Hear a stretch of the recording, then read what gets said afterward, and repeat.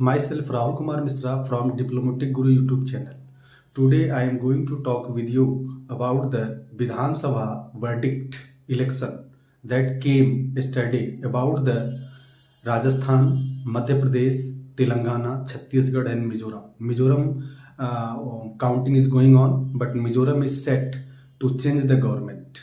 And in Rajasthan, Ashok Gehlot government has gone and BJP once again came to the power. And BJP owned the 111 seats with 42% voting in its favor. And Congress owned only 69 seats and vote percentage was the 39 point something. So there is only 2 or 2.5% voting percent difference. The sovereignty or the government has been changed in Rajasthan. So it has been the trend of the Rajasthan. One government came, then after one lose, then after come and lose. It is going on. But in this way, once again, Ashok Gehlot has gone and BJP came to the power in Rajasthan. And after that, in Madhya Pradesh, BJP got the landslide victory, and he got at that election 166 seats and only 69 seats taken by the Congress. And the vote percentage, there is a 8% difference. BJP got 48% voting share in Madhya Pradesh and Congress took only 40% voting share. Although in 2018 December election, Congress formed the government, but after the Jyotiradittya Scindia revolt, some legislators and Jyotiradittya Scindia too joined the BJP. So that's why BJP formed the government in the mid of the session in Madhya Pradesh, and its effect, it's not well for the Congress. And BJP once again trumped Congress in the Madhya Pradesh and won its election. In Chhattisgarh, exit poll suggested that Bhupesh Baghel would be able to save his CM-ship in the Chhattisgarh, but it was not possible.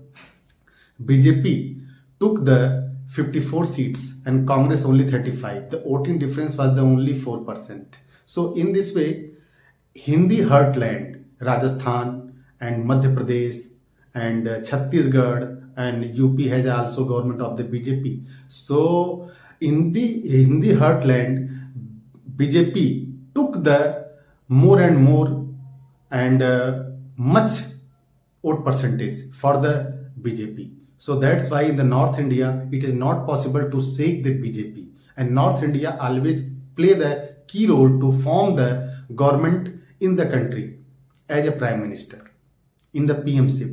In Telangana, Congress trumped and Congress ousted the C. Chandrasekhar Rao and his party Telangana Rashtra Samiti. Telangana Rashtra Samiti was the earlier name. At this time, it has been Bharat Rashtra Samiti. When K. Chandrasekhar Rao wanted from the opposition to make him the candidate for the PM, for the opposition, but it was not possible. So that's why third time as a CM-ship, K. Chandrasekhar Rao lost the election and he was ousted by the Congress. And in Mizoram, at that place also, the government is set to change its government by the people of the Mizoram. So it has been clear for the 2024 general election, Modi has been a very, very robust contender and nobody in the country who is going to challenge the PM Modi.